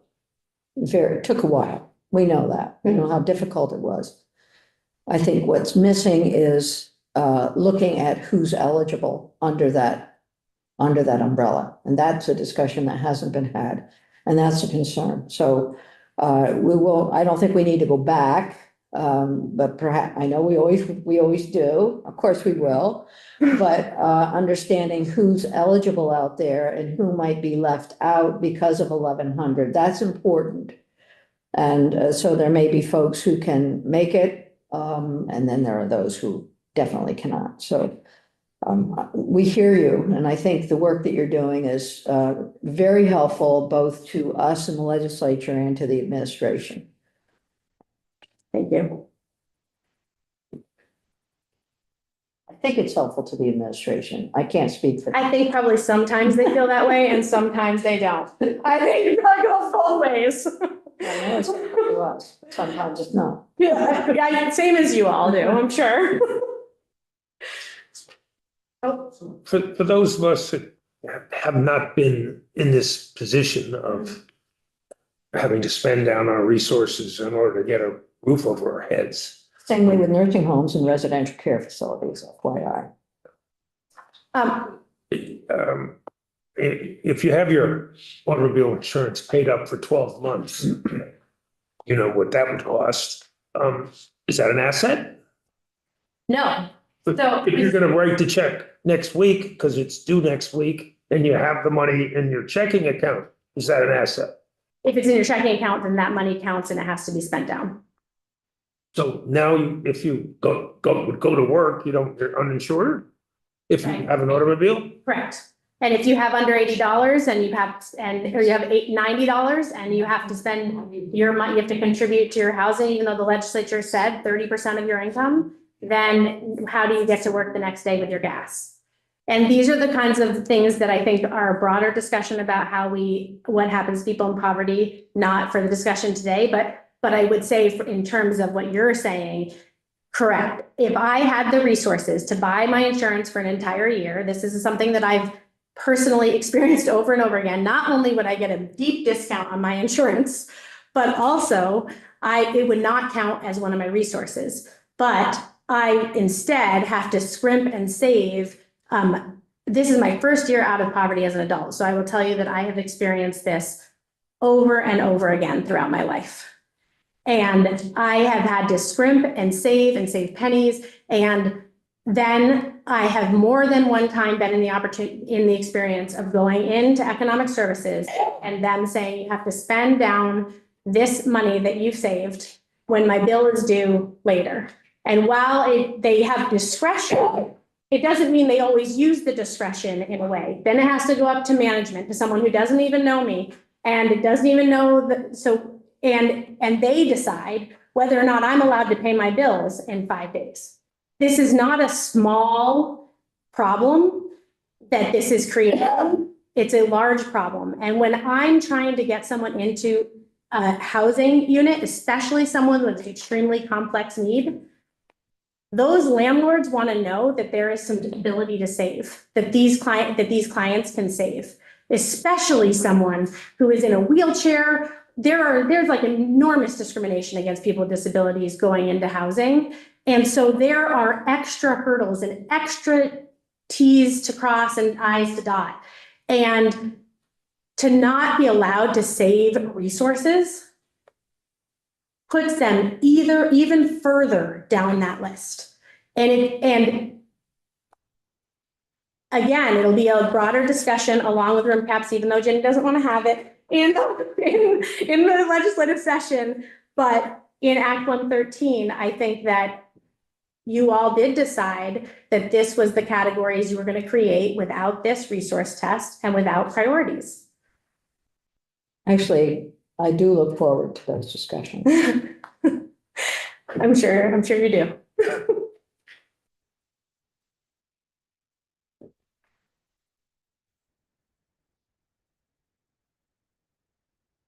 What's the committee's pleasure?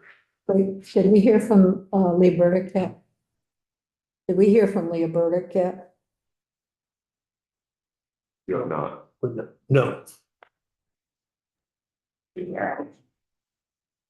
Thank you, Senator and Lcar, and thank you, Brenda, for your excellent discussion. We echo Vermont Legal Aid. So I'm Leah Burdick, an attorney at the Elder Law Project at Vermont Legal Aid, and we do echo Brenda's concerns about specifically around people living with disabilities being able to access the emergency housing program. We are particularly concerned with the lack of notice when it comes to the award letter or the grant letter. As Brenda noted, people really need to know what they are getting and when it ends and the category that they're approved under. It's very confusing. And simply a verbal confirmation over the phone is really difficult for not only the client to keep track of, but who may have disabilities related to cognition or memory or retention or other things, but also for the people like Brenda who are trying to help them. Because then if there's no written notice that they know what their client has received, then they have to call, and then it's more phone calls and back and forths, and it would be very, very helpful to people within this program if they received a grant notice when their voucher was provided to them with all the important information that they need. So we really, really urge the department to make that change immediately.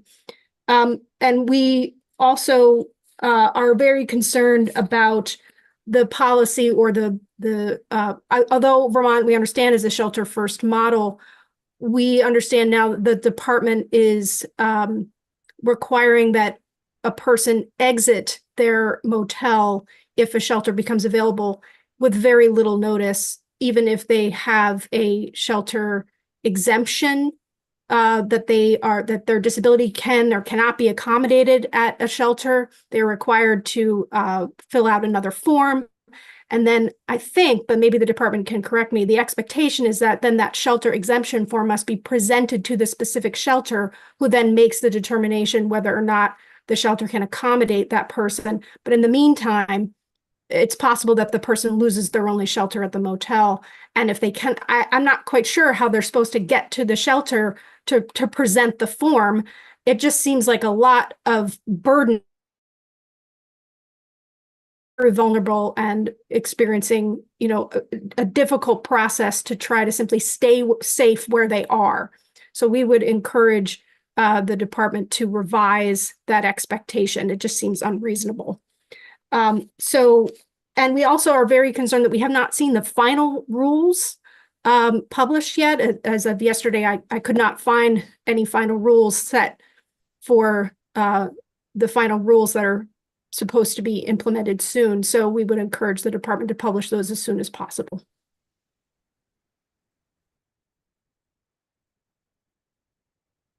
Any further questions for the witness?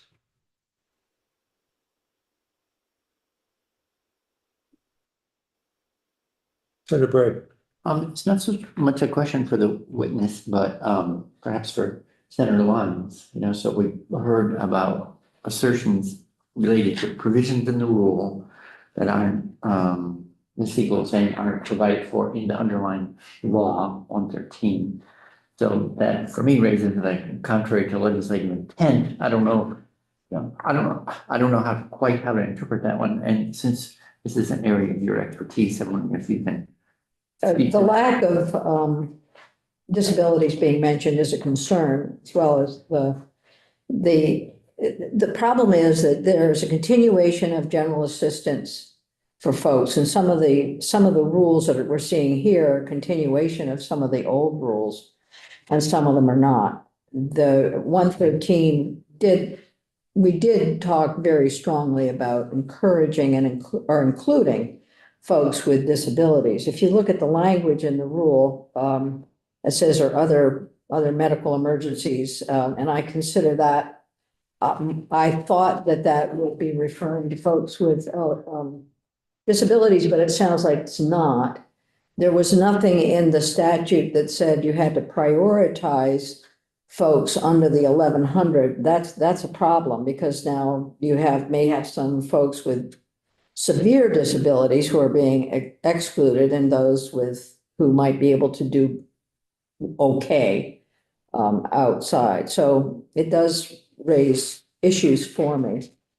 It's an emergency rule, and I looked at Ledge Council for similar comment, if I could.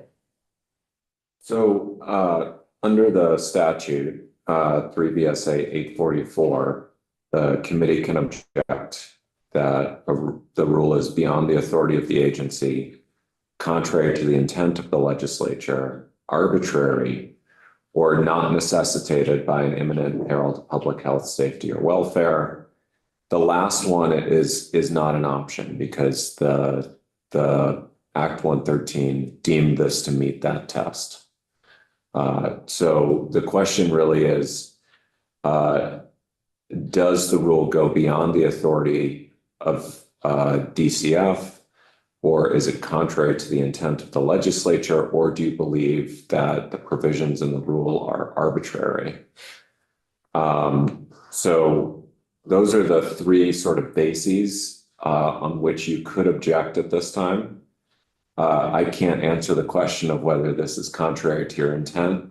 We do have Katie McLinn on. If you have specific questions, legislation, again, she can't speak to your intent either, but she can answer questions about the legislation. Katie, could you briefly comment regarding both income level and disabilities that were, yeah. Sure. Katie McLinn, Office of Legislative Counsel. Good to see everybody. With regard to the 1100 cap for certain periods of the year that we're looking at, as it has been noted, the legislation is silent on how to use those 1100 spaces. The legislature did not speak as to how the priority should happen.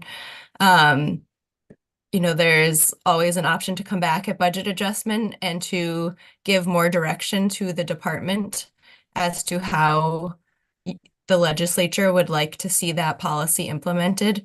But in the absence of giving the department direction, the department has chosen a course of action. And as Damien said, I can't tell you if that is again, opposed to your legislative intent. But that is sort of the situation we're finding ourselves in. With regard to the resource test, I don't think I can speak very specifically on that. It's not mentioned in the legislation. There are other programs that have resource tests, but I couldn't tell you without doing a deep dive if this is, if this resource test is comparable to what we're seeing in similar programs. Or benefits. I'm sorry? Or benefits. Yes. Okay. So from the 1100 perspective and disabilities, then it does meet legislative language and intent. Well, maybe not intent. I think there were those of us who are very concerned about folks with disabilities. And then in terms of the economic assets, the assets test, it was not in, as far as I can tell, but it has been part of decision-making in the past. So it's a deeper dive, I think, for Katie. Yeah. So, counsel, that testimony that assets test was not in the legislation.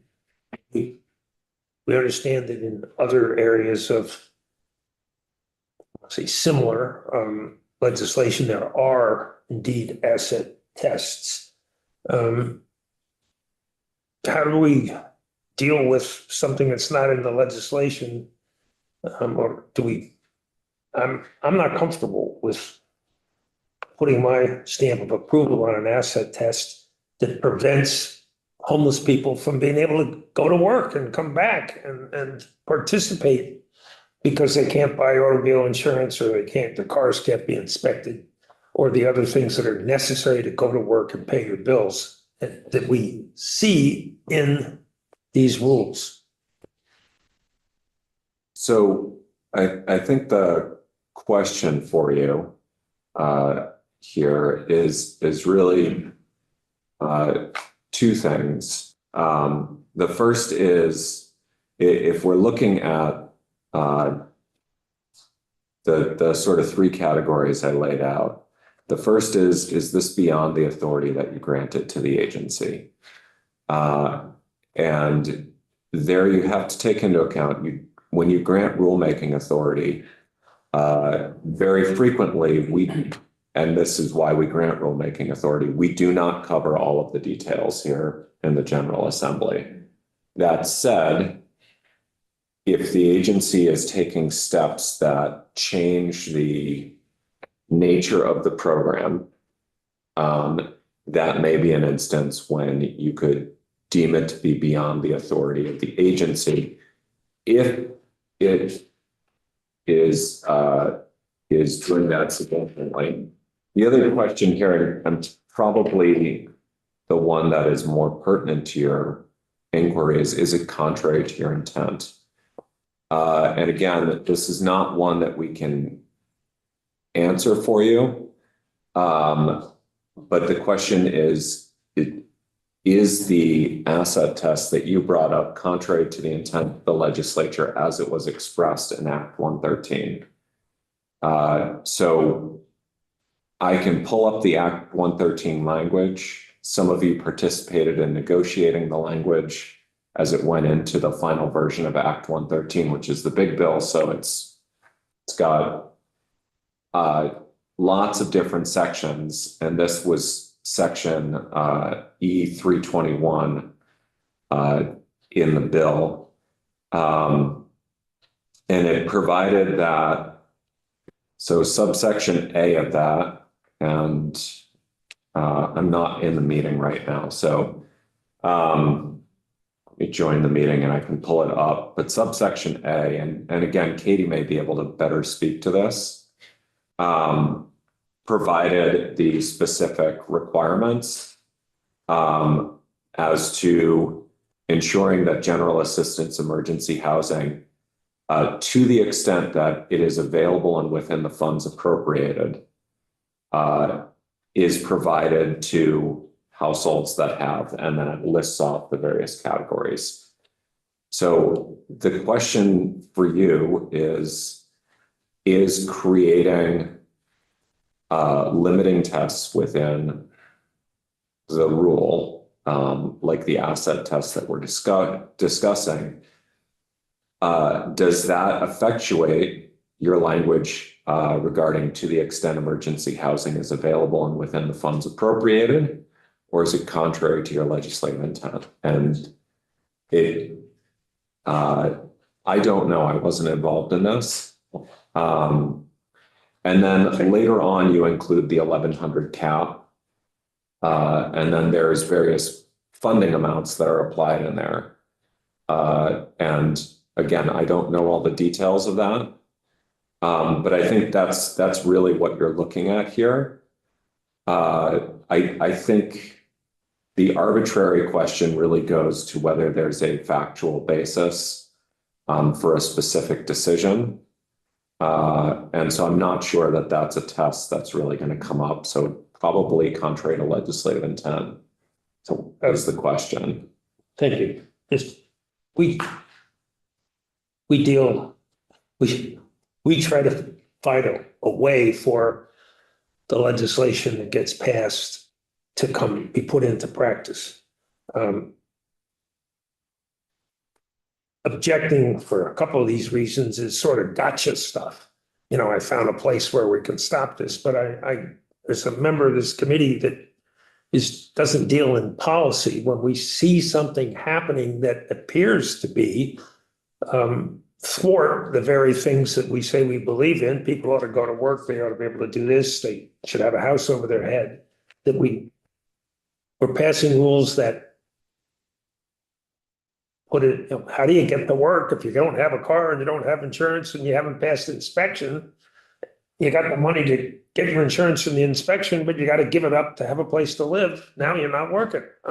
Is there any way the department can come back with the rules that they've had before us today to try and not leave citizens in that box? Senator Lyons. Thank you. The same suggestion I was going to make. And these are emergency rules. So regardless of what we do, they're in effect. They have been in effect. They have been in effect, which is. The weather's changing. But we've heard from Nicole that there are guidelines for how all this happens. I'm wondering if we could have the agency come back to us and elaborate a little bit more. I'm interested both in the assets as well as in the 1,100, because I know that there are people who are being left out. But it's the assets that's really not a part of the legislation, as far as I can tell, unless Katie, you can disabuse me of that notion. But so your suggestion, I think, is the right suggestion. If we can ask the agency to come back with some more discrete information. I can definitely bring the committee back more information on how we implement the resource test. One thing I do think is important to mention is we did talk about. Can I interrupt you? I should be more specific. Right now, the rule says it's down to 0. And I think the concern that we've expressed is down to 0 is way too low. And you've said, well, there's discretion in there. So how much discretion? Is it a down payment on a house? Is it sufficient for rental? Is it to pay for the registration of the vehicle? No, what is the discretion that is embedded in there? So just that comment. Thank you. Yes, I can do that. Thank you.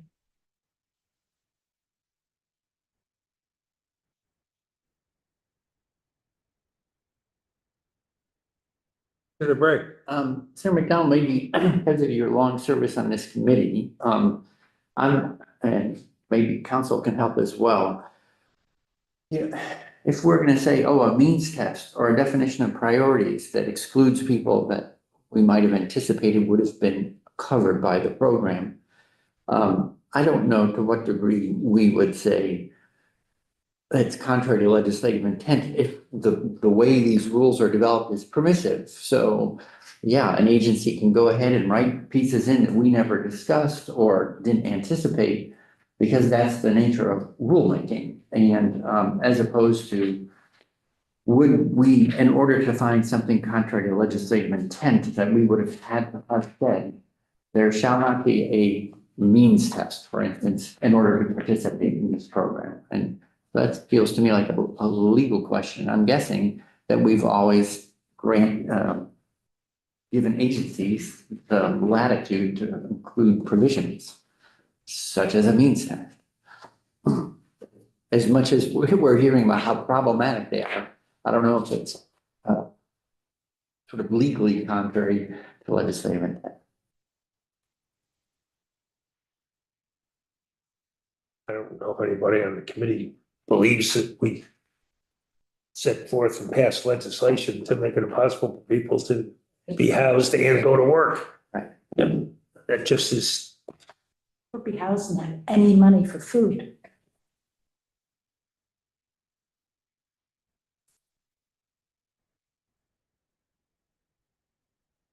Mr. Wise, do you have any comment about, it's an APA question maybe, or historical interpretation of APA, how permissive it is, in terms of how far an agency can go in providing provisions that are problematic, but they may not rise to the level of being contrary to legislative intent because we didn't prohibit something like that. It's not this, Yeah. yeah, I don't know. For me, that's a different discussion, but Yeah. I think for now, I'd like to follow up on Senator McDonald's suggestion that we ask the agency to come back with some clarification about why assets are in there in the first place, and then the level, if they were to be included. And we need to do that pretty quickly because September 15th is on our doorstep. And these are emergency rules. I don't know what else we can do with it. And there are asset tests in programs. This is a benefit. Oh, this is slightly different. The agency delay this rule for not too long because the weather's changing. It's already effective. Yep. So it is already the law. And my understanding is the agency is working on the final rule at this point. It's in process. Yes, the permanent rule was pre-filed with Lcar in June and was presented at their August 12th meeting, and we expect to file the proposed rule with the Secretary of State by September 16th.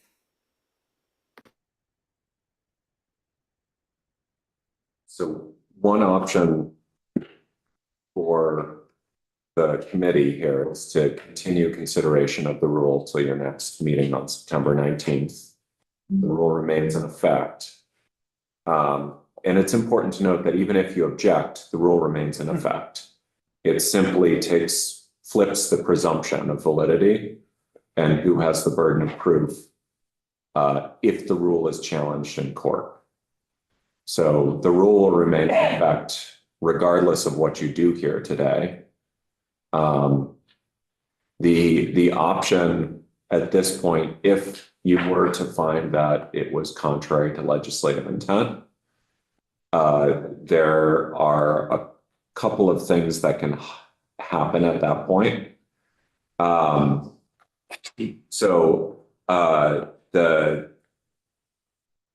The agency could then withdraw the rule. And it could also, at which point it would revert to any pre-existing rule that was in place. And I apologize, this isn't my subject area, so I don't know what the pre-existing rule provided. And the option two at that point is to implement another emergency rule pursuant to the provisions of the statute. So there are some options for changing it. I don't know the feasibility of that from the agency's perspective, so I can't speak for them on that. But there is nothing that says that you have to make a decision on this rule today, so you can continue consideration just like we did with the Dale rule that we were considering earlier today in order to get more testimony on the things you have questions about, and then you can vote in the middle of September, at which point you could decide whether or not to object. And in the meantime, I could give you additional material on how we've parsed out contrary to legislative intent in the past, particularly in our courts and so forth. And so that's something else that could be provided in the meantime, so you could think about that issue. So the question to look at the housing section under 2652, and I probably should have mentioned this earlier, there is reference to disabilities under housing, but there's no mention of the 1100 and how to distribute the wealth there. Then there's also under the general assistance benefit that we've had in the past, and Katie, you can help me here. General assistance in the past has had an asset test. So the question is, how much of this is being pulled over from the previous set of rules and guidelines? And what happens to what we did in Act 113 if we say assets don't belong there? It does get a little bit complicated, and will be an important policy discussion at some point. Yeah. Cool. Senator Bray. So it sounds as though we're inching towards a motion I would make a motion to postpone action until our next meeting. I think that's the 19th. In anticipation of the sort of spirit we saw in the bill that we started with today, where the various parties get together. Exactly. So, floor is yours to propose such. Yeah, so I would propose to postpone action on rule, pardon me, 24E06, Department of Children and Families, General Assistance, Emergency Housing Assistance, emergency rules, in order for stakeholders to have an opportunity for further discussion and bring more information back to the committee, as well as to hear from our own council. We heard the motion. Is there any discussion? Not all those in favor. I'm sorry.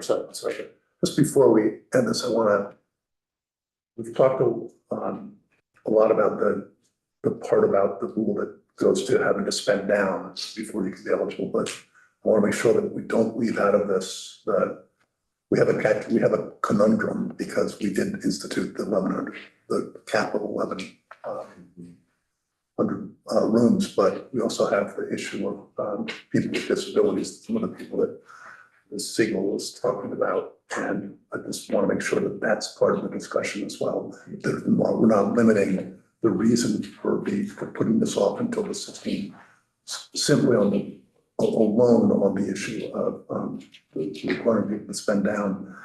But I hope discussion also goes to that portion of what we're wrestling with here today. And I realize I'm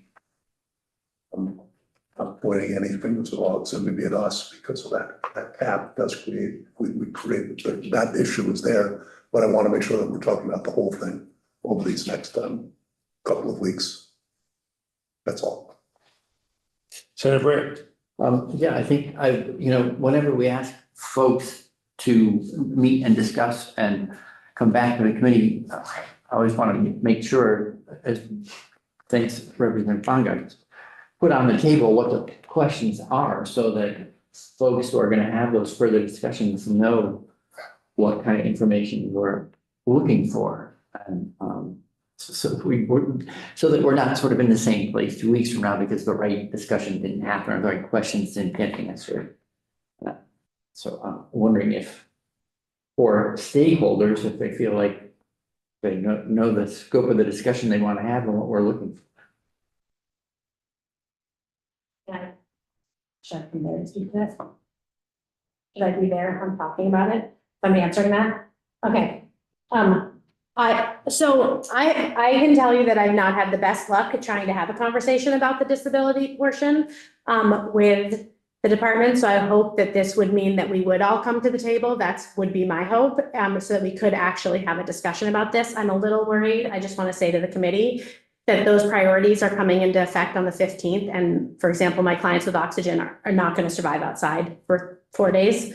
So I am a little worried about that postponement, and I want to just acknowledge that. But I know that the resource test and the portion where of the priority categories are what should be on the table for the discussion. And I hope that it is in good faith that we come together for that discussion. And I want to say that on the record.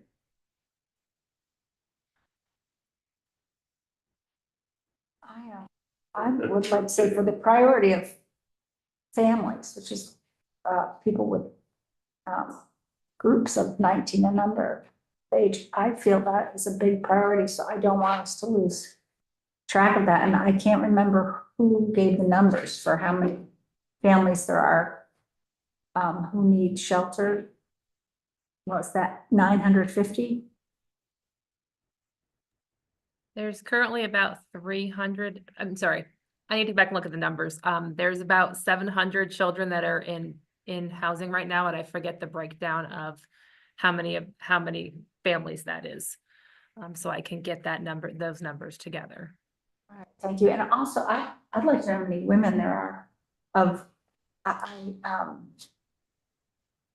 I'm very concerned when I'm in Burlington on the streets, how many young women they have not been prioritized, and they're out there and they are in, I think, danger being out there on their own. And I also think that a lot of them seem to have mental illness, and that contributes to their vulnerability out there. So I feel that this is a complicated situation here, but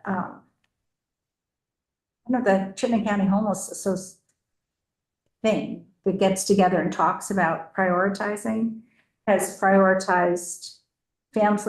Their list is similar to the one that you gave us, but it includes people with disabilities. Senator. Lawrence. You're hearing a lot of the discussion that we've had around establishing the policy, and currently the way the emergency rule is written around the 1100, there was no indication of who goes first in legislation. However, and having heard the discussion, I would certainly hope that going forward, the administration would bring a recommendation to us about how we might prioritize those folks to ensure that the most vulnerable are covered. I'm not sure that that's something that's going to happen in an emergency rule, but it would be great if we could understand where we're going. In terms of assets, again, I like the concept of moving forward and having folks come back, because the zero level, I'm not sure that was a discussion anywhere. We've heard that in other places, when people spend down to get to Medicaid for their nursing home level of care, that happens. So I think your idea of going forward is a good one. I really encourage the agency to consider what recommendations can be made to the legislature for permanent rulemaking, and we'll certainly listen to the advocates as well. So I know this will be an ongoing, interesting, and important conversation. To add to the list of what I suggest might be a goal of the two parties coming together is to agree on, in a rough order, what the numbers and the priorities really mean. So if say we have 1,100 rooms, that given the priorities which are in the DCF's rules, that that saturates 800 rooms. And then if the disabilities, if they come back with a recommendation on the disability priority, because there's got to be a priority there too, that we saturate, these types of disabilities would have the higher priority and they would absorb another portion of the rooms, just so we're all talking about the same impact, because otherwise it's very esoteric and we don't know what we're leaving behind. Is that possible? Well, Yeah, it doesn't need to be a perfect. it is not going to be exercise. perfect, and I would say that every time, the reason that we have been against categorization is because every time you start categorizing, you end up leaving people that have extreme need. I mean, I could name disabilities, and then I suddenly have one client with a skin disorder who has to shower 3 times a day to not get an infection. That's not something I would have thought of, but they absolutely have to be inside. So I think that there's like, it becomes really complicated is all, but. Can you just do your best? We can do it. I always do my best. We don't need a perfect product, but it would be good to understand the Yeah. nature of the problem. Yeah, I can certainly do my best, and we have some data coming out in a week too that we'll share with this committee as well. Okay, and if there's disagreement between DCF and yourselves, and, you can caveat that. We will. Just caution us that, DCF is currently meeting what the legislation has said. So it's important that the agency have a conversation amongst agency folk, as well as communicating with the advocates who are here today. Whether we get changes in the emergency rule or whether we see it going forward, I think that is the important piece for that section. Assets, really. Ray, would you repeat your motion? Yes, sir. I would move that we postpone action on Rule 24E06, Department of Children and Families, General Assistance, Emergency Housing Assistance, Emergency Rules, to the next meeting of Lcar, which I believe is September 19th. Sure, we'll be back then, and my goal is to not make us look foolish in dealing with this today, and not to make the administration look foolish having proposed something that might be viewed as contradictory, and give everybody a chance to show the same sort of spirit of cooperation that they did with the first thing we dealt with today. So that's my goal today. So we have a motion by Senator Bray. All those in favor? Up. Aye. Please say aye. And those opposed, nay. Thank you very much. The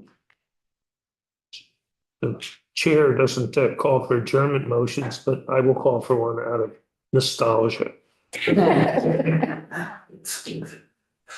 And is that correct that we are scheduled to meet on the 19th? Sometimes we've been skipping over one, but it's on the, it's on our calendar. I just. It's on the calendar. Yep, September 19th. There are 3 rules so far, one of which is a rule.